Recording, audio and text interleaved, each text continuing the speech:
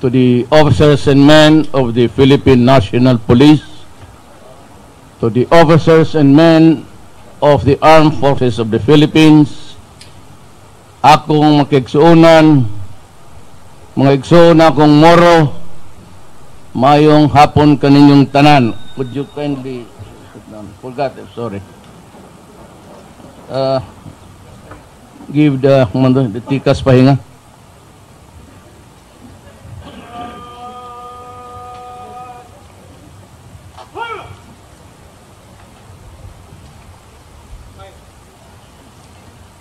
You know, we have the challenge of our generation.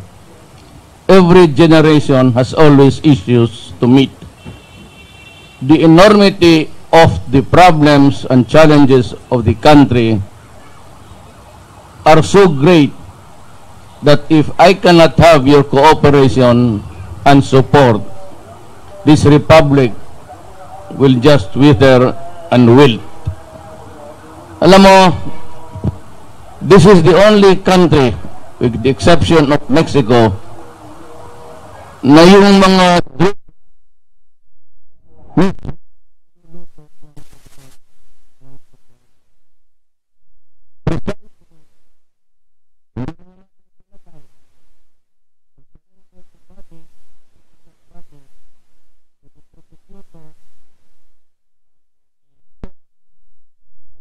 para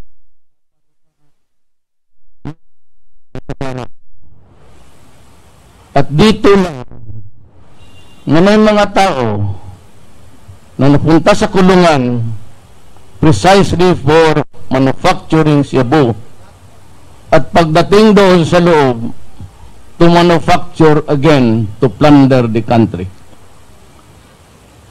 Paano?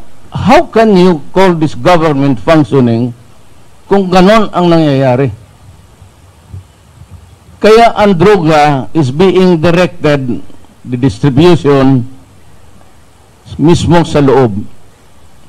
And the drug lords are there having their hay time and they are enjoying their stay. They do not need to go out because they can order anything from the outside into the prison to enjoy life. May mga tao na always compromising with the basic fundamentals of life. Alam mo itong mga bleeding hearts, they look at the penal laws as a corrective measures. Kaya sabi nila deterrence. Hindi naman, wala namang na-discourage na pabibili ng shabu. Wala bang po yung discourage mag-kidnap? Wala bang po yung discourage nag-hold up, nag-rape? Nga naman. So it has not deterred. Paano ma-deter kung hindi mo nga pinapatay?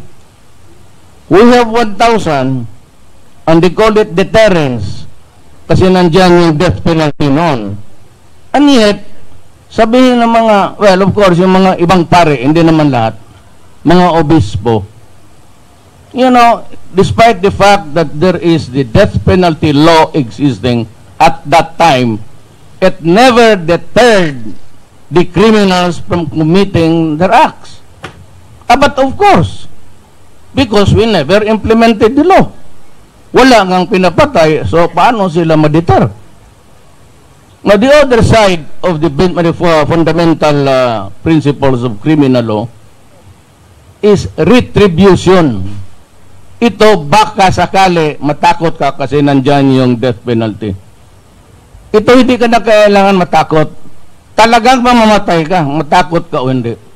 Because this part of the law says, it is retribution. Magbayad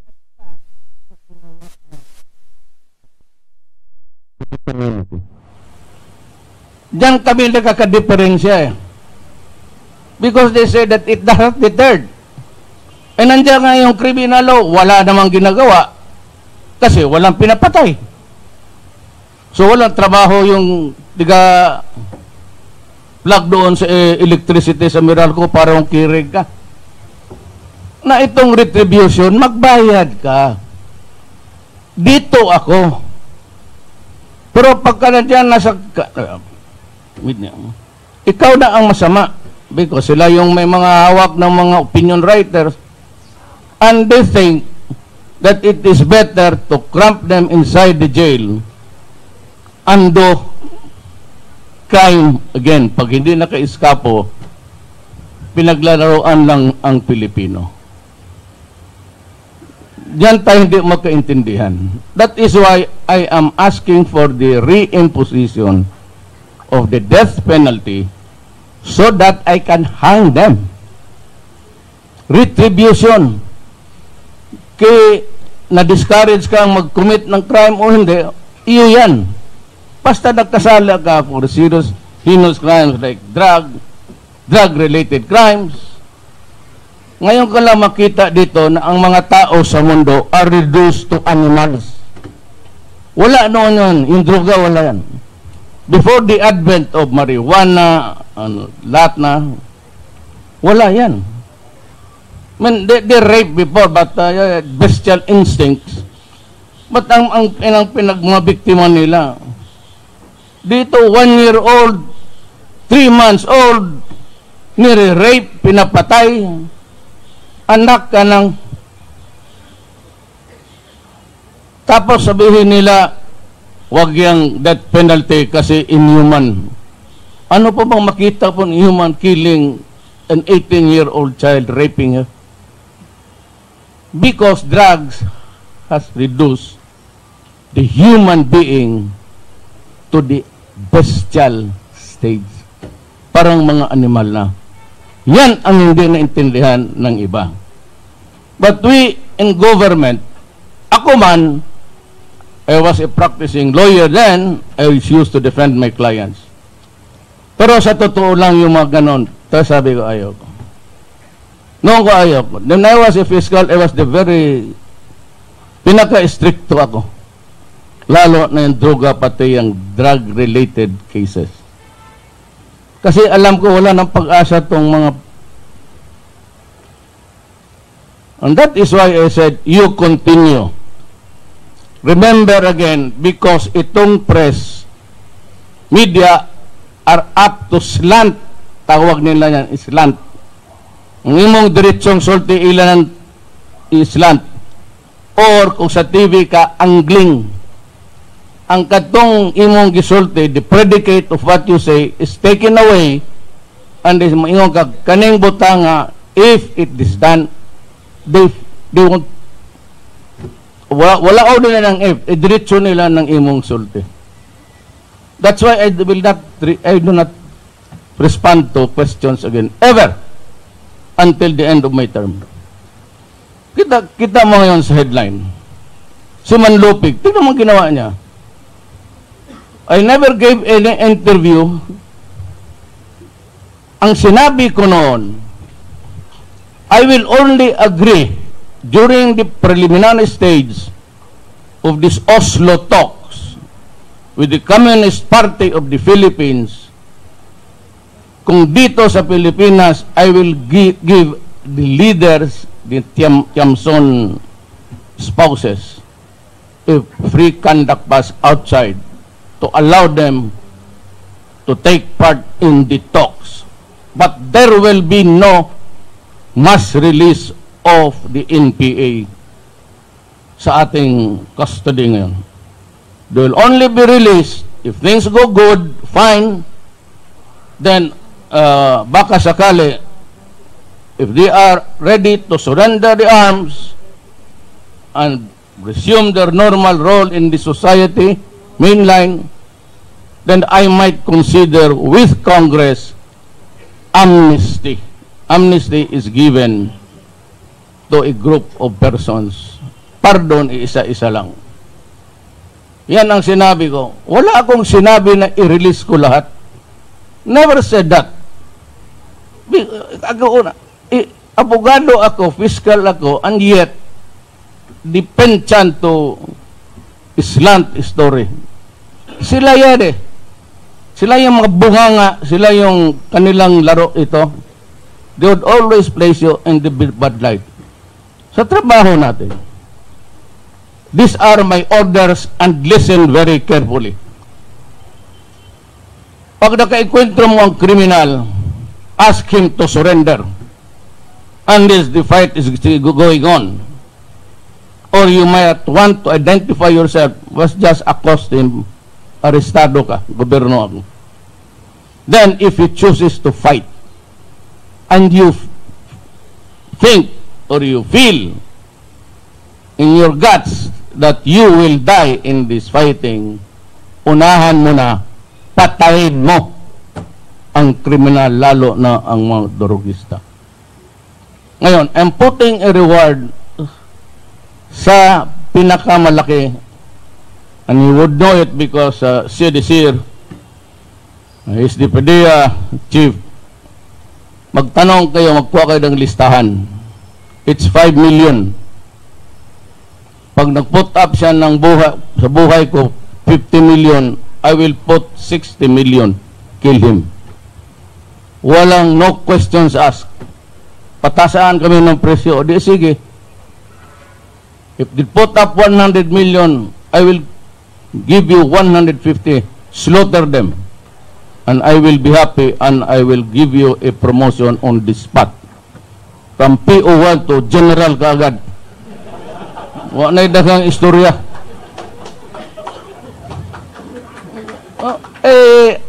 Pinili ako.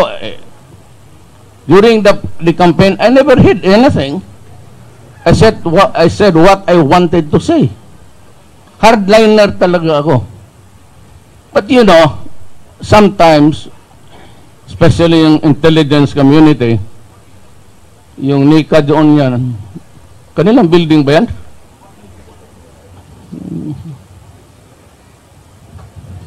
Nagdududa sa akin kasi labas ako pasok ng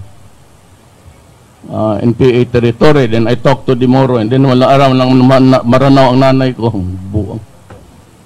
Niwan nila alam yan. So, meron akong relasyon talaga sa kanila by blood. And you know, the vice mayor has married a woman who is half Tausug, half Maranao. I have a grandchildren na puro Moro. Paano nyo, makipag-away ako yun sa kanila. Di para akong buang. No, I just wanted just talk to them. Here in Davao, we talk. Kaya MI ka MN, sa City Hall. Okay ba tayo dito? So, ayun ay fish for equal. Kaya ganon ang ano. Alam mo, anak lang ako ng mahirap. When we arrive in Davao, talagang sagad-sagad ang parusa ng panahon. Kaya yung dimensions ko is, I am a socialist. I am not a member of the Communist Party. Malayo yun doon. Socialist is just a political thinking of how to distribute the wealth of the nation. Yan ang tandaan ninyo. Wala akong, I am 100% on one. My father was governor here when Davao was only one. Maraming Davao na ngayon. I was a prosecutor of the rebels and the military and the police. Yun lang ang tatlong kaso ko noong piskal ako. And I was fair to everybody. Bakit ako maging komunista? Bakit ako maging doon sa kabila? And why would I dare run for the presidency kung ganun ako ka tingin kong pagkatao ko would not, when I am not up to the demands of the presidency. Yan ang kapahirap natin. So, dito sa Mindanao, we have a serious problem. We have a rebellion to France. We are now talking to them. And there are agreement dito sa Davao. Sabi ko sa MIMN, magkaisa na lang kayo, then we will try to sort out if we can have a republic that is federal type or whatever arrangement that would address the historical injustice committed against the Moro people. You know why? In 1521, when Magellan landed and later bringing with him Christianity, Mindanao was already Islam dito ahead by almost 100 years. Ipinilit lang kasi ng Amerikano pati Espanyol itong Mindanao. Mindanao belongs to a different sultanate noon. Iba yung sultan nila dito at iba yung sa Bisaya dito. And they say Lapu-Lapu was a Muslim. I think so. Kasi sila ang nauna. But they were overwhelmed. Why? Wala man silang, ang mga natibo dito na walang kanyon. Walang muskets. Those were the rifles of the times. Wala silang gunpowder. And with the might of arms, everybody succumbed. Kaya tayo nganto ganito. Most of the Visayas embraced Christianity. But religion is not the issue here. Ngayon, ganito yan. Pag sa trabaho kayo, either the military or the police, just stick to the rules at sabihin mo lang sa akin ang totoo. Kung ano ang nangyari. Do not lie to me. Bahala na ako. If there is an order for you to hunt the drug people and they are killed, I'm sure they will be. You just tell me the truth. Ako na, turo mo na lang. Si Duterte, si Mayor. Siya man nag-utos. Ako na ang bahala. Then I will face everybody. Congress, constitutional body, the ombudsman, or whatever. The human rights. Pagka sa trabaho, akin yan. Hindi sa inyo yan. Do not worry. Akin yan. Sabihin mo lang sa akin ang totoo. That is the thing that I would demand from you. Huwag ninyo akong bulahin. Then again, yung salary ninyo by the end of the year, kayo lang ang inuna ko. Police, pati military, dublado. Mamakpak po mo diyan. Ha? Oh, why are you not clapping your hands there? Oh, dublando na nga yan. At ganito yan, ha? Wala tayo masyadong pera. Mahirap ang Pilipinas. That's why you have to make this country peaceful. But I will encourage the mayors to help you. Ngayon, may mga mayor dito sa Pilipinas who were elected because of drug money. Ngayon, kung ikaw ang suso ako sa iyo, mayor, I will not assign to you a police of your choice. I will ask Polcom and kung maybe Congress to amend that law.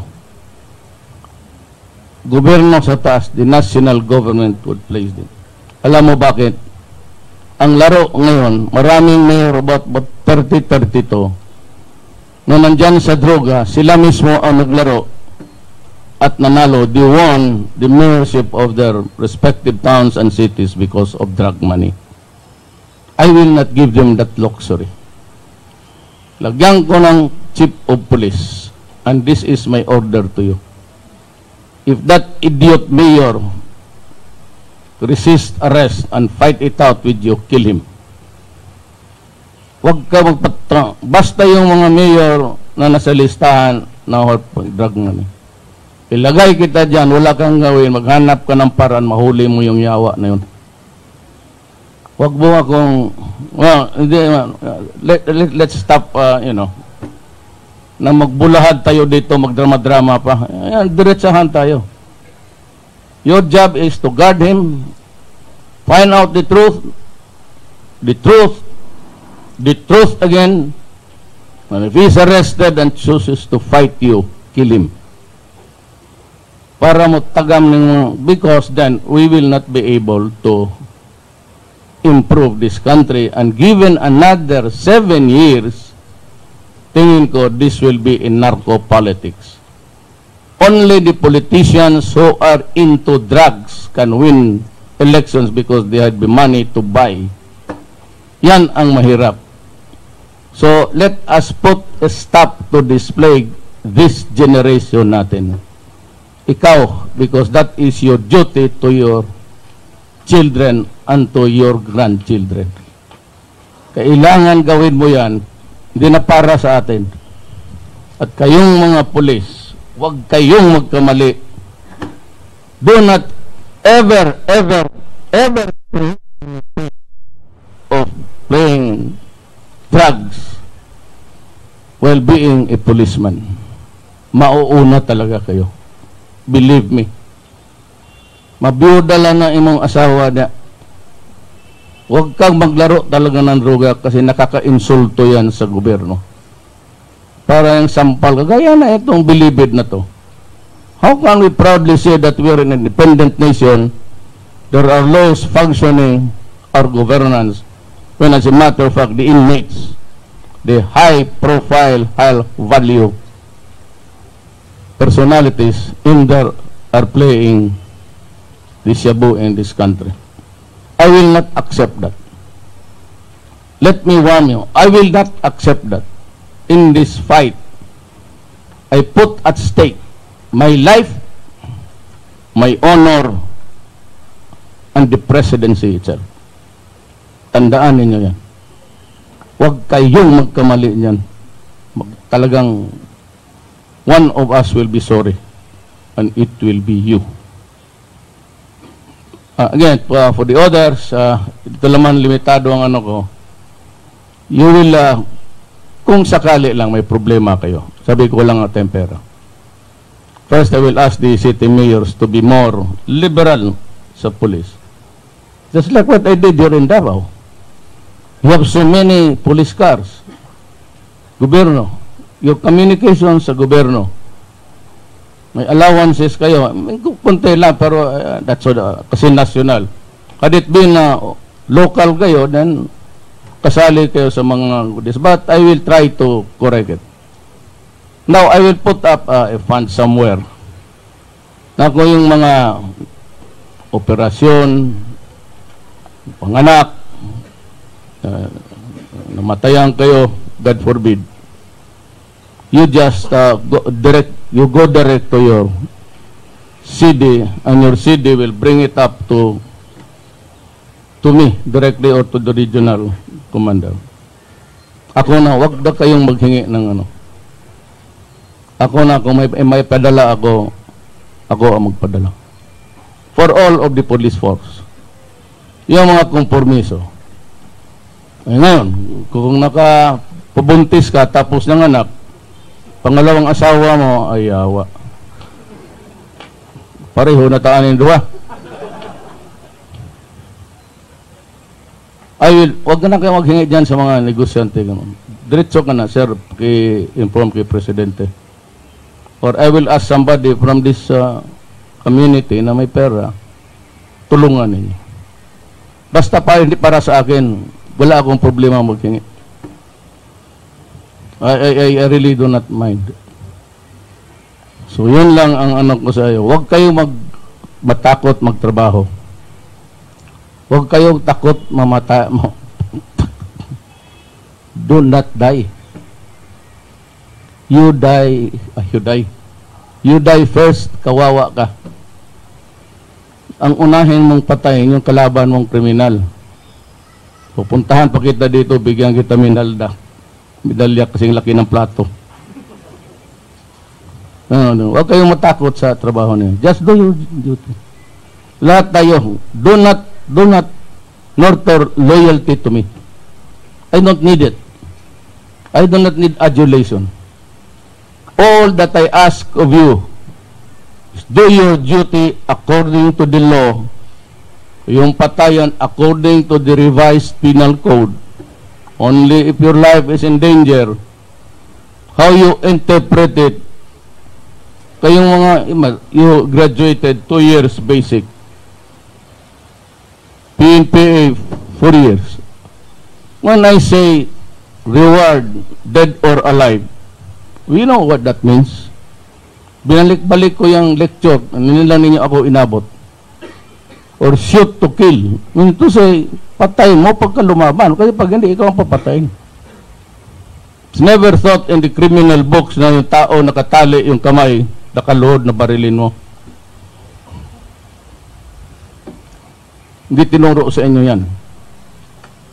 Pero kung gawain mo, huwag mo lang akong palamin, pati yung human rights, gaya yan. Sigurado. Do your duty, nurture the love of country, and remain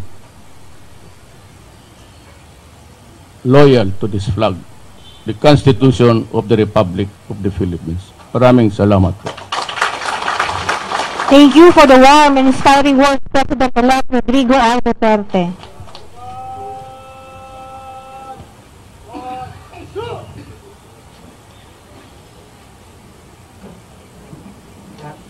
To show Davao City.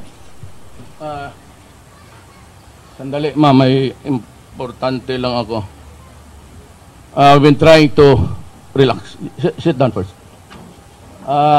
We've been trying desperately actually to save the kidnap, mga kababayan kong, kapatid kong Moro.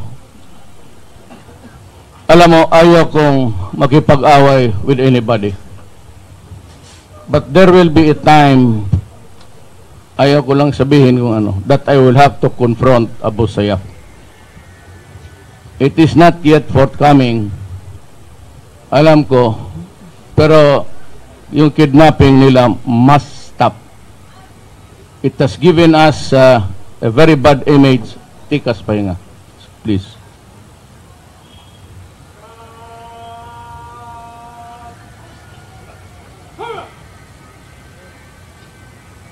And if you are magkadugo-dugo man tayo dito, di sabihin mo sa kanila, yung hindi pa pumasok doon, huwag ka na yung pumasok because there will be a reckoning of what really happened.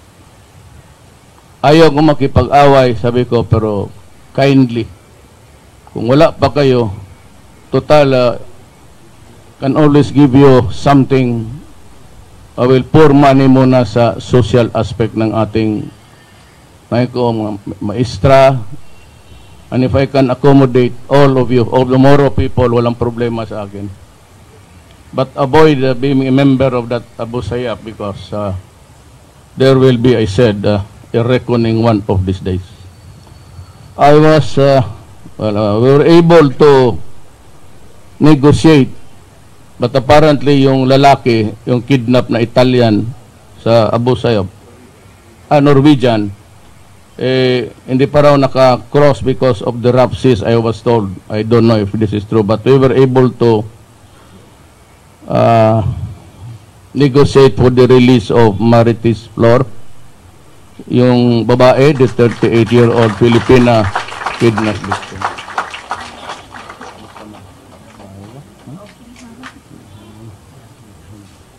Kano sa ako mga tuloy? Kaganinang kadawon. Ang kauban mo. I-release daw nila. Wala po kay balo kaganina na nakurat na lang kung magipukaw ko nila na gising-gising ihatid kita. And also instrumental in the release here is Secretary Jesus Doresa sa ating Peace Process Panel. Ay, si Gobernador Sakurtan ang nitabang sa ato.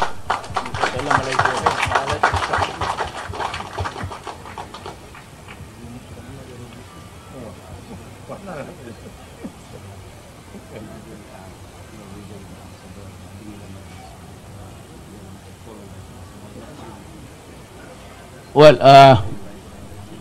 ang Norwegian ambassador kay abigod nilang madala na, pero siguro hopefully maluoy Allah basig ma-release na karong any short time. I hope.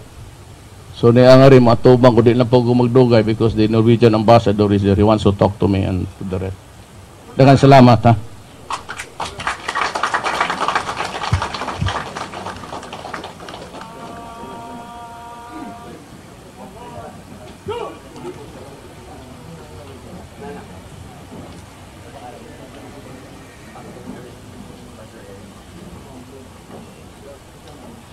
To show Davao City Police Office gratitude and appreciation to our President, on behalf of the men and women of Davao City Police Office, the outgoing City Director, Police News Superintendent Vicente D. Danao Jr. will present a memento. Likewise, the Association of Police Officers via Lateral Entry 11 will present a token to our President. To hand over the token is the Police Superintendent Angel B. Sumagaysay.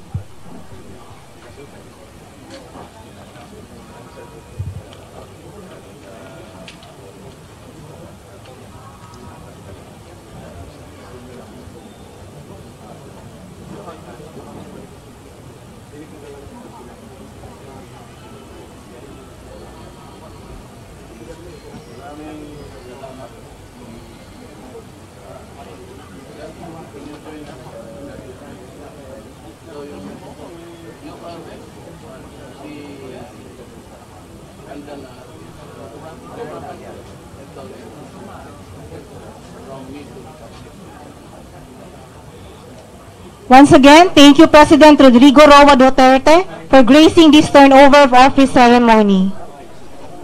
Ladies and gentlemen, that ends the turnover of office ceremony. Good day, everyone.